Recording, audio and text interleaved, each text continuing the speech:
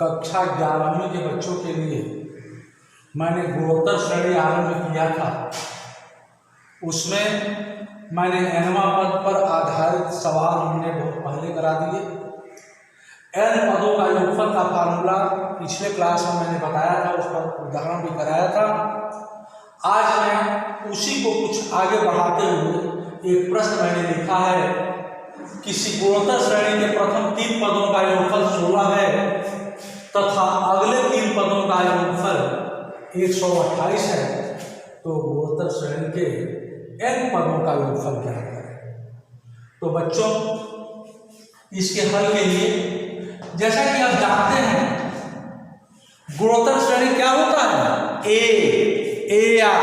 r square ar cube ar to the power 4 यानी r का घात बढ़ता जाता है, यह गुणोत्तर श्रेणी होती है। तो प्रथम शर्त जो कहता है, प्रथम शर्त से क्या होगा कि किसी गुणोत्तर श्रेणी के प्रथम 3 पदों का योगफल 16 है, तो प्रथम 3 पदों का मतलब प्रथम 3 पद क्या है, a plus ar square equal to है 16।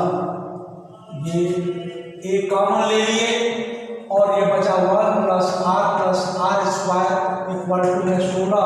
ये समीकरण 1 होगा। अब तथा अगले 3 पदों का योगफल 128 है। द्वितीय शर्त से अगले 3 पदों का योगफल माने बच्चों प्रथम 3 पद क्या थे, ar स्क्वायर। अब अगला 3 पद क्या होगा, ar cube ar to the power 4 ar to the power 5। वही हम लिखेंगे द्वितीय शर्त से ar cube plus ar to the power 4 plus ar to the power 5 equal to है कितना, अगले 3 पदों का योगफल 128 है, 128। यानी कहने का मतलब यहाँ से हम ar क्यूब कॉमन ले लें, ar क्यूब कॉमन ले लिए, बचेगा 1 plus r square equal to 128। यह समीकरण 2 हो गया। बच्चों, आप अगर समीकरण 1 में समीकरण 2 से भाग दे दें तो क्या होगा देखा जाए। a ब्रैकेट में 1 plus r square upon ar cube bracket में 1 plus r square equal to 16/128। अब a से a cancel, 1 plus r square से यह भी कैंसिल, ये बचा क्या 1 upon r cube equal to 16 से 28 128 कटे 16/128 होता है। 16/128 यानी 1 अपान 8 होगा, यानी 1 अपान 8 हुआ, imply 1 upon r equal to 2 होगा, 1 upon r equal to 1 upon 2 होगा, देयरफॉर r इक्वल टू 2 हुआ। बच्चों, पहले तो हमने r का वैल्यू निकाल दिया। अब इस r के इस मान को समीकरण 1 में रख दिया जाए तो क्या होगा, तो लिखते हैं समीकरण 1 से क्या होगा, समीकरण 1 में a ब्रैकेट में 1 plus 2 square equal to 16 implies a क्या होगा 1 प्लस 2 प्लस 4 इक्वल टू 16, 4 और 6 7 implies a into 7 equal to 16, therefore a equal to होगा 16/7। a मिल गया और r मिल गया। अब प्रश्न में आपने कहा है कि गुणोत्तर श्रेणी के n पदों का योगफल ज्ञात करें, तो गौर करिएगा r का मान 1 से बड़ा आया है, तो इसलिए गुणोत्तर श्रेणी के n पदों का योगफल Sn equal to a r to the power n minus 1 upon r minus 1 होगा, इक्वल टू a का वैल्यू रखिए 16/7, फिर r का मान 2 power n minus 1 upon 2 minus 1 equal to हो जाएगा इक्वल टू 16/7 ब्रैकेट में 2 to the power n minus 1।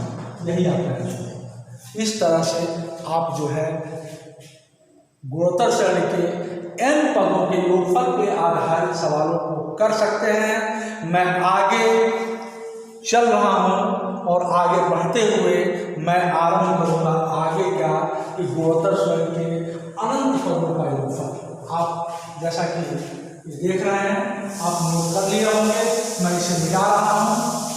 अब इस आगे कैसे गुणोत्तर श्रेणी के n पदों का योगफल पे तो आपने किया, लेकिन अनंत पदों का योगफल का फॉर्मूला क्या होता है और उस पर आधारित सवाल कैसे होते हैं वो भी मैं आज ही की क्लास में समाप्त कर देता हूँ। गुणोत्तर श्रेणी में अनंत पदों का योगफल, गुणोत्तर श्रेणी में अनंत पदों का योगफल, गुणोत्तर श्रेणी में अनंत पदों का योगफल क्या होता है? ये होता है s infinity equal to a upon 1 minus r। ध्यान रहे बच्चों, यहाँ r का मान सदैव 1 से कम होता है। अनंत पदों के योगफल के लिए ये ध्यान रखना होगा, अनंत पदों के योगफल के लिए यह याद रखना होगा कि r का मान यहाँ पर सदैव 1 से कम होता है। गुणोत्तर श्रेणी में अनंत पदों के योगफल के लिए r का मान यानी सारणुपात का मान हमेशा 1 से कम होता है। यह आपका फार्मूला है गुणोत्तर श्रेणी में अनंत पदों का योगफल ज्ञात करने का। इस पर आधारित मैं कुछ उदाहरण आपके सामने पेश करूंगा और जैसा कि हम आशा करते हैं कि आप समझेंगे कि फार्मूला मैं मिला रहा हूं और देखिए क्वेश्चन में ले रहा हूं।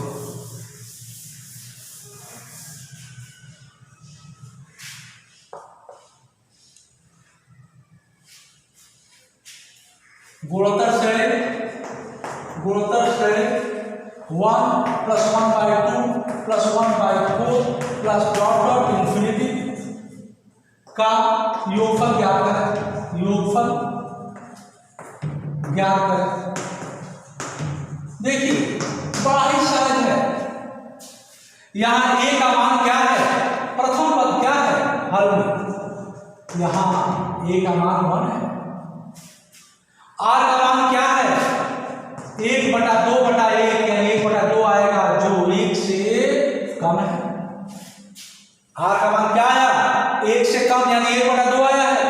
तो अब अभी फार्मूला आपने देखा है s infinity equal to a upon 1 minus r। तो वैल्यू रखिए a का मान 1 अपान 1 माइनस r का मान 1/2 यानी 1/1 माइनस 1/2 यानी 2 माइनस 1/2 यानी बराबर होगा ये 2 ऊपर जाएगा 2/1 यानी 2 ही बच जाएगा। गुणोत्तर श्रेणी में ये अनंत पदों का योगफल का ये फार्मूला देखिए कैसे यूज हुआ और आपका क्वेश्चन बन गया। मैं अगला क्वेश्चन ले रहा हूँ, अगला क्वेश्चन किताब से मिटा रहा हूँ इसको और आशा करते हैं कि आप समझ रहे हैं। 1-2 उदाहरण और करूंगा। किसी गुणोत्तर श्रेणी का प्रथम पद 2 है, किसी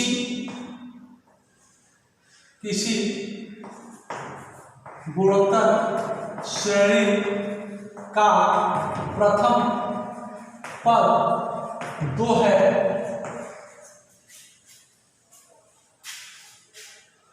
तथा अनंत पदों का योगफल 6 है तथा अनंत पदों का योगफल 6 है, तो सारणुपात ज्ञात करें। तो सारणुपात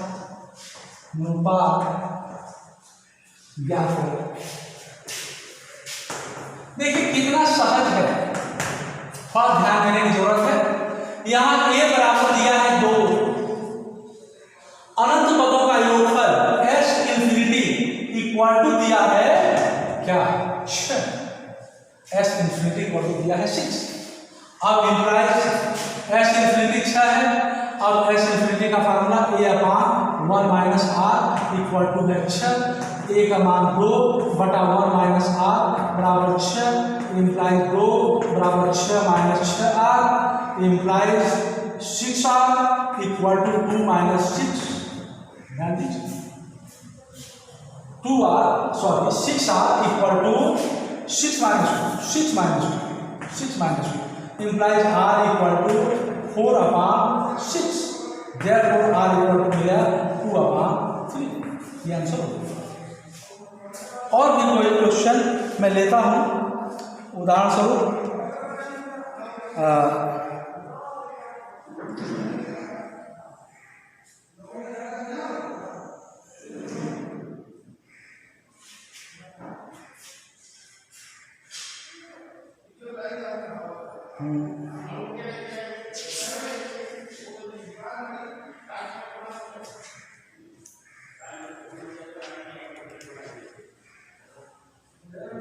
अब देखिए यहाँ उदाहरण जो n पदों के ऊपर पर आधारित दिया है, तो सावली ऐसी है कि मिक्स करके दिया है क्वेश्चन को।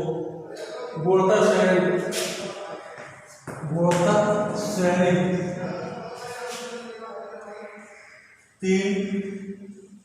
3 बटा 2 3 बटा 2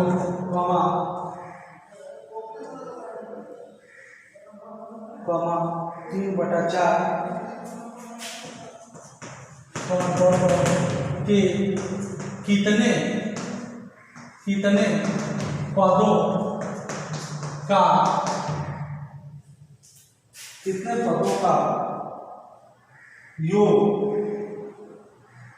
कितने पदों का योग फल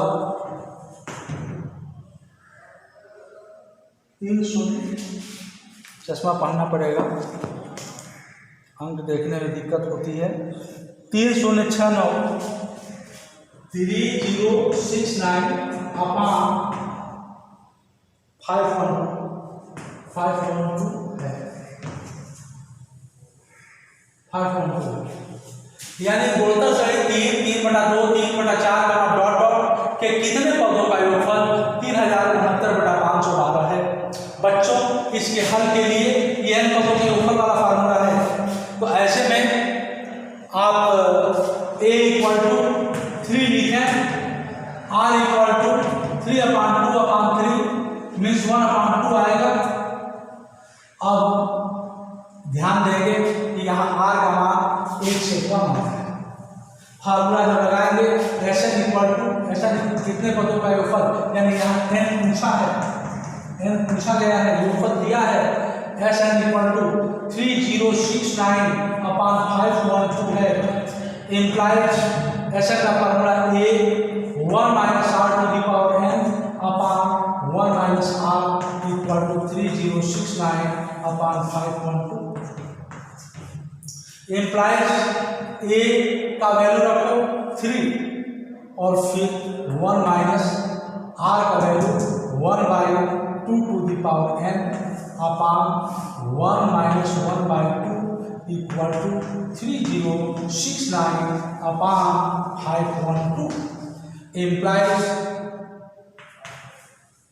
ध्यान देंगे या 3 नीचे चला जाएगा और 1 minus 1 upon 2 to the power n upon 1/2 equal to 3069 upon 512 into 3 या 3 नीचे चला गया।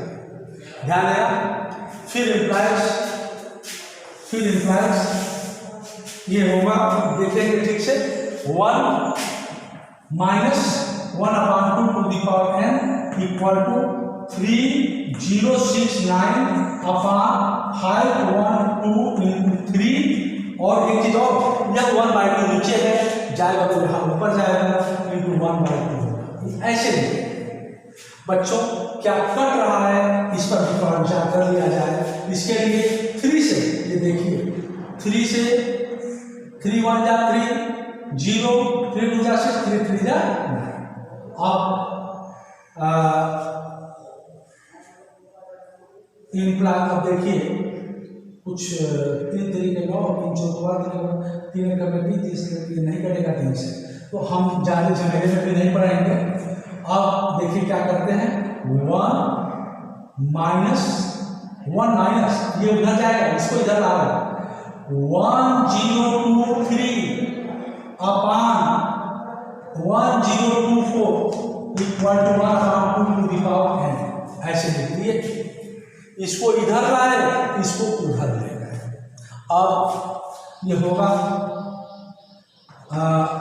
1024 माइनस 1023 अपान 1024